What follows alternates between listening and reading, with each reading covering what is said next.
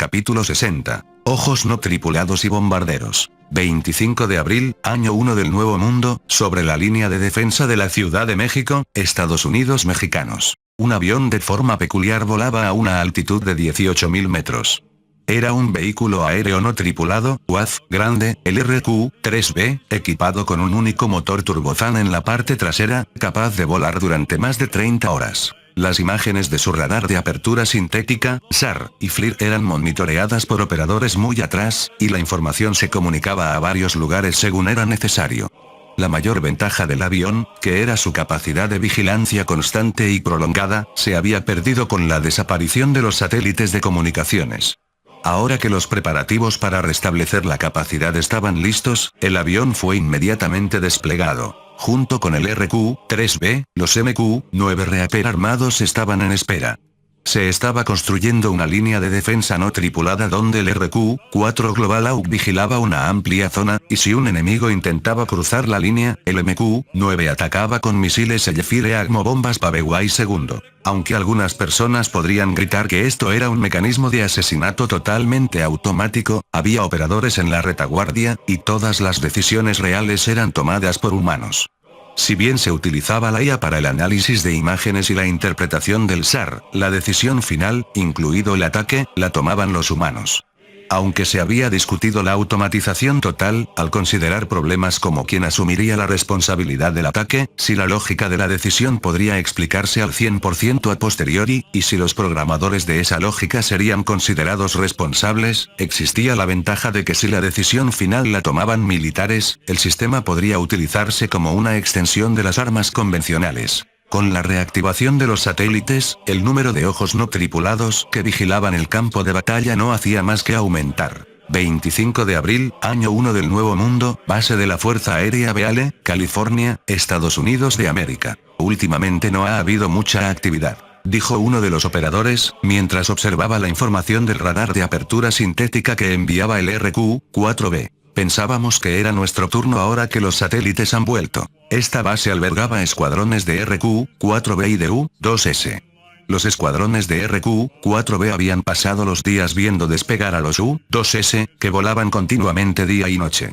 Aunque los operadores eran reclutados para analizar la información enviada por el U-2S, eran principalmente los técnicos de mantenimiento los que estaban ociosos. Bueno, eso significa que nuestros ataques contra el enemigo están funcionando. ¿No es algo bueno? Después de la operación en Ciudad de Belice, se habían intensificado los ataques a lo que se creían que eran centros logísticos enemigos. En particular, Ciudad de Belice, que se convirtió en un mar de fuego, fue destruida por completo. Dado que el enemigo no se había acercado desde entonces, se asumió que la base había sido abandonada. El testimonio de los ciudadanos rescatados redujo el obstáculo para atacar la patria enemiga, y los ataques aéreos finalmente están teniendo efecto. Deberíamos celebrarlo.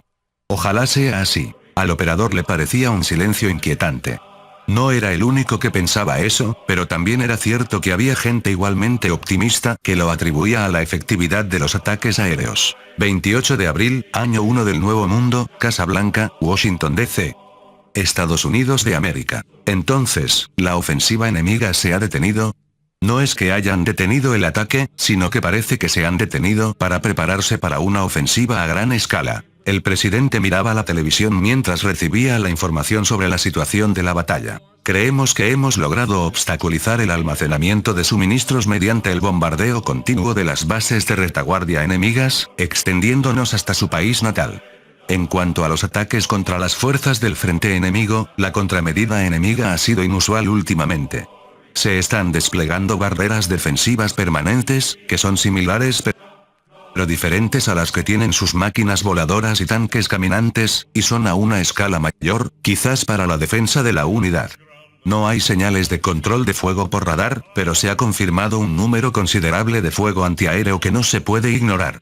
Es imposible que los helicópteros de ataque se acerquen, e incluso para los aviones, las altitudes por debajo de 3.000 metros son peligrosas.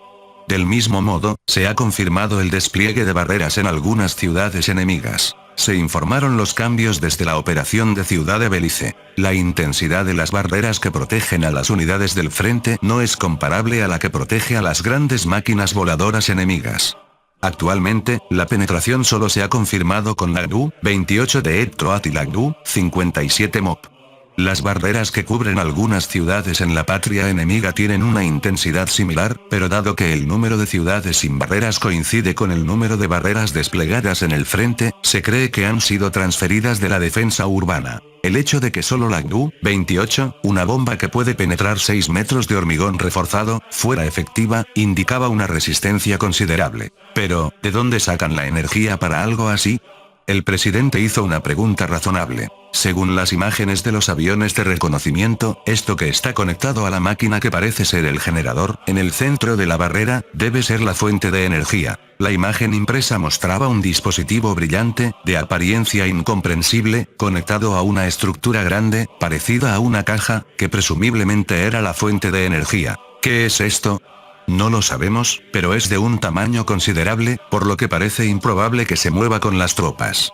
Para empezar, ¿cómo lo transportaron? Con sus grandes máquinas voladoras de transporte. Las han estado transportando durante y después de la operación en Ciudad de Belice. Si lo hubiéramos sabido, habríamos atacado antes de que se instalaran. No teníamos margen de maniobra, ¿eh? A pesar de todo, mantuvieron el frente en la Ciudad de México mientras llevaban a cabo una operación anfibia a gran escala en Ciudad de Belice. El ataque de los hidroaviones de transporte enemigos se había interrumpido temporalmente. Vamos a comenzar la modernización del B-1B, a la vez que el B-52 regresa de su propia modernización. Si el B-1B puede realizar ataques contra buques de transporte enemigos de forma independiente, tendremos un poco más de margen. Actualmente, para atacar convoyes de transporte enemigos, se asignaban grupos de 4 aviones F-15 o F-18E-F, excluyendo el AWACS de control del espacio aéreo. 2 aviones llevaban AIM-120 para señuelo de barreras y 2 llevaban AIM-84H Slammer para el ataque principal. Sin embargo, el hecho de que el F-2 pudiera llevar 4 misiles de esa clase en un solo avión era inusual. Lo normal era 2 por avión. Esto significaba que, aunque hubiera 4 aviones, solo llevaban 4 Slammer. Por lo tanto, surgió la idea obvia, que sonaba a algo de la Guerra Fría. En lugar de enviar 4 aviones, ¿no sería mejor utilizar un avión grande con mayor alcance y tiempo de permanencia? Entonces, ¿cómo se podría poner en servicio rápidamente? La respuesta era utilizar lo que ya se tenía. Ahí es donde se puso el foco en el B-1B, que ya había sido retirado de las misiones de ataque nuclear. Lo conveniente era que, durante la modernización de su radar AESA, se le instaló el mismo AMBARRAD-83 que al F-16. Esto significaba que se podía añadir el modo aire-aire simplemente con software. La modernización consistía en añadir lanzadores en los puntos fijos externos para hacerlo compatible con el AIM-120, con capacidad para llevar entre 12 y 18 misiles. Además, sin modificar la bahía de bombas, podía llevar 18 misiles AIM-158 para el ataque principal. El plan era usarlo para incursiones profundas en territorio enemigo y cazar buques de transporte. Para colmo, como ya estaba previsto que fuera retirado y reemplazado por el B-21, esto no mermaría la capacidad de la fuerza de bombarderos estratégicos.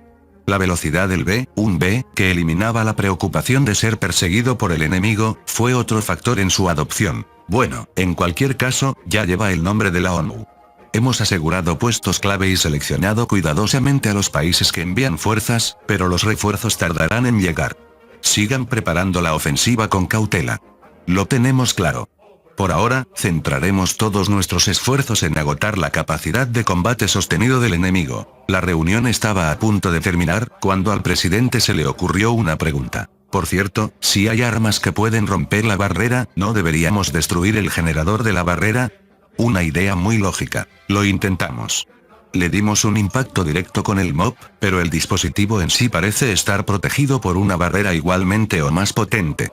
Como personas, tanques caminantes lentos y aviones enemigos desacelerados entran y salen con normalidad, supusimos que el efecto se manifestaba en objetos de alta velocidad y probamos también ataques con drones, pero en ese caso, quedan atrapados por el fuego antiaéreo enemigo. El oficial de la Fuerza Aérea se encogió de hombros, dando a entender que estaban atascados. Ni el MOB ni el de Etroat son armas adecuadas para atacar una zona amplia, y tampoco tenemos muchas. Tenemos que pensar en otra estrategia. ¿Deberíamos probar incluso con un ataque de saturación de drones?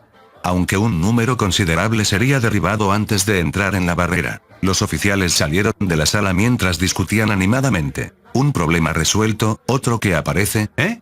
Murmuró el presidente, quedándose solo en la sala. Fin del capítulo 60. El link a la historia del autor estará en la descripción.